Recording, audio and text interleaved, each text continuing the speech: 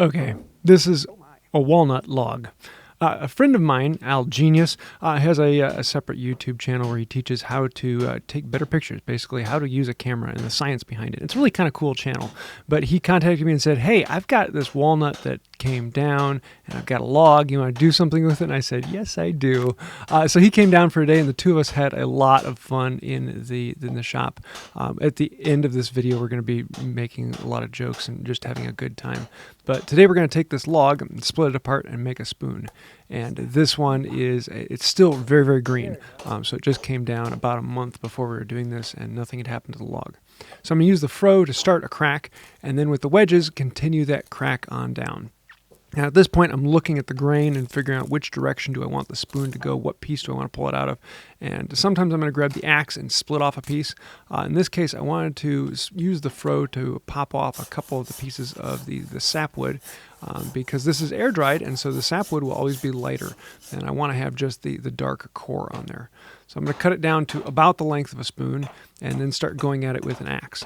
One of these days I actually want to get a good chopping block and a good axe for this type of thing. I used to have one, but I gave it away to a friend because he wanted it more than I did. And I'm using this axe, which is actually it's an axe with a hatchet handle. And I want to get a better one. But the other thing I want to get is a shave horse. But I need more space for that. My shop just isn't big enough for it, and I want to build an outdoor shop someday. But maybe I'll get a bigger shop. We're going to start trimming this down and kind of getting it close to its shape. Once I get it roughly close to the shape I want, then I'm going to clamp it in the vise because I want to carve out the bowl before I do the rest of it. It's much easier to make the bowl while it's in the vise and clamped in. So I can come at this with gouges and hook knives and whatever I want and try and get it nice and clean. The end of this has a lot of curl and it's just going all over the place.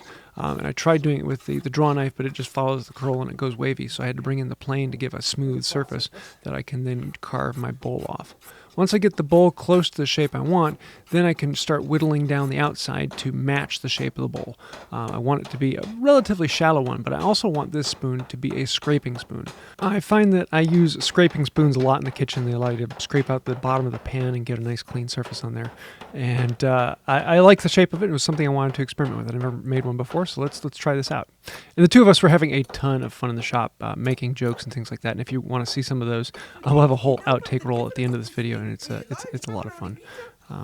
Yeah, we're just going to be whittling through this and enjoying the process as we go. When chopping out the spoon, you're always playing with a series of different tools, and you're going to have a rough tool for the rough work, and then a lightly tool for the lightly work, and then a really detailed tool for the really detailed work. And so you're going to be going through a whole series. A lot of this, I'm just taking off big chunks with the axe. It would be nice if I actually had a hatchet of a normal size. And then I can bring it over, and with my heavy spoke shave, I can take off a lot, or in some cases I'm going to use the draw knife. It depends on how good you are in being able to ride that bevel and get a smooth surface. But I love working with the spoke shave. You can really whittle off a lot and get down to the shape you're looking for. Some of this I'm just going by eye and feeling what I like and what I don't like, and I'm not looking for any particular shape or style, just what does the wood actually telling me? I want to kind of play it by ear and see how is the grain going on this. Is it going to give me something different? To know the depth on this, you can feel it with your thumb on the outside and finger on the inside. You can get an idea about how thick it is and where you need to take off more material. Once I get the outside really close to the shape I'm liking, then I'm going to come back to this bowl and detail it down. And so I'm going to be coming in with a big gouge and working in towards the middle. Once you get down to the middle from one end, then you can get down to the middle from the other end, and then you can come in from the side and clean out all those curls. So you'll have curls coming from one direction and then from the other, and then you can meet them in the middle. Now, because it's green and I want to finish it all in one day, I really need to dry it out before doing the final work. So we're just going to put it in the oven for a couple hours at about 200 degrees, and this makes everything so much easier to get that final detail and scraping on it. Working with green wood is great for taking off a lot of material and getting down into the shape, but for that final little detail, or if you're ever wanting to do sanding, it's actually really nice to do it when it's dry. And I wanted to do a little detail on this, and it wasn't a great way to hold it in, so flip the plane over, and as long as you're clamping the sole and not the sides, you can run the work over the plane rather than the plane over the work. last little bit with the spoke shave, and then we're going to detail it all down with the card scraper and remove all of the edges with that. I can also come in with some sandpaper, and the nice thing about the sandpaper is it really shows where are the ridges, and it shows where all of these things are. Some of them you can feel, and some of them really pop out when you go over it with sandpaper, and then you can come back with the scraper and the spoke shave and smooth out those edges that you can then see with the sandpaper. So here you can get an idea of what it will look like with the dust coming in. And as I go over different edges, I'm going to see, there's a rough spot there. Let's come back and scrape that out and smooth the surface. Any of the high spots will suddenly appear. And I had this really gnarly little spot in the bottom of the spoon that I just couldn't get out. Every time I'd come at it from one direction to another, there'd be tear out. And so I'd be sanding it, and then I'd come back and scrape it, and then sand it and scrape it, and go back and forth until I got it finally where I wanted. It's a bit of an organic shape with the handle being slightly out of alignment to the side. And I love that chatoyancy, the way it pops out on these. The walnut is just beautiful. Really nice straight grain for the handle, and then curly down at the tip. And I'm really loving how this came out. It's kind of a beautiful piece. I have a homemade boiled linseed I'm going to finish with, and then once that has been in for a little bit, then I'm going to coat it with my homemade paste wax. And I really like the way that comes out. You're going to need to reapply it from time to time. It's not a long-lasting finish, but there really isn't any for any tool in the kitchen. And I really love how this came out. So yeah, lots of fun. Happiness. Now let's get to the jokes.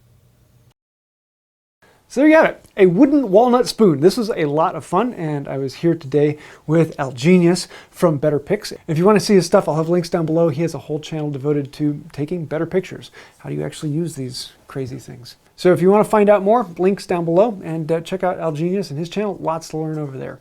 I do want to say a huge thank you to everyone who puts comment down below, because if you just put comment down below and join one of those great people, you are helping out this channel. But if you want to be amazing, gorgeous, as beautiful as Geinous, then you can join these people over here and become a patron on Patreon.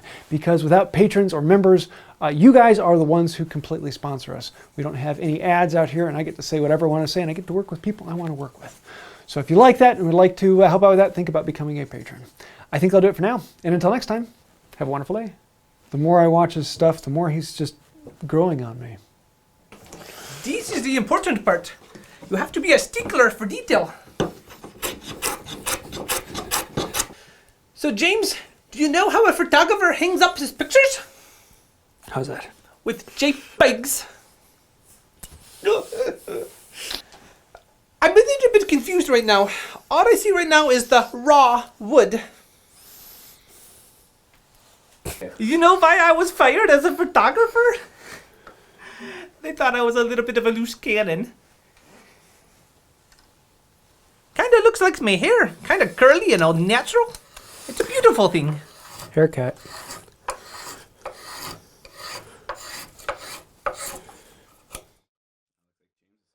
That one looks like your head. All smooth and beautiful. No, I can't say I'm very good at woodworking. But did you know I also failed my photography course in college? Why is that? Teacher said I wasn't bright enough. I could see that. Did you hear how the lumberjack was killed in the woods? Why? It makes me shudder to think of it. So, once a lumberjack knocked out my tooth. It's okay, he apologized, no big deal. He said it was accidental. Good idea.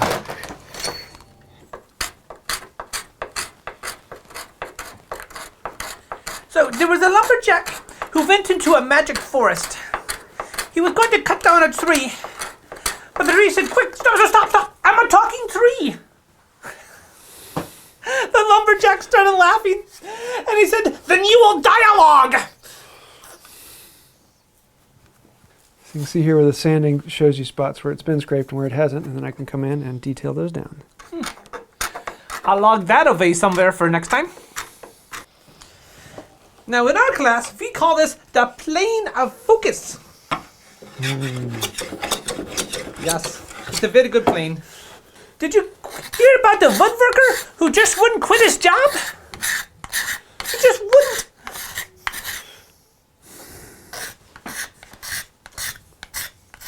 You know how to escape an angry woodworker when you're on the internet?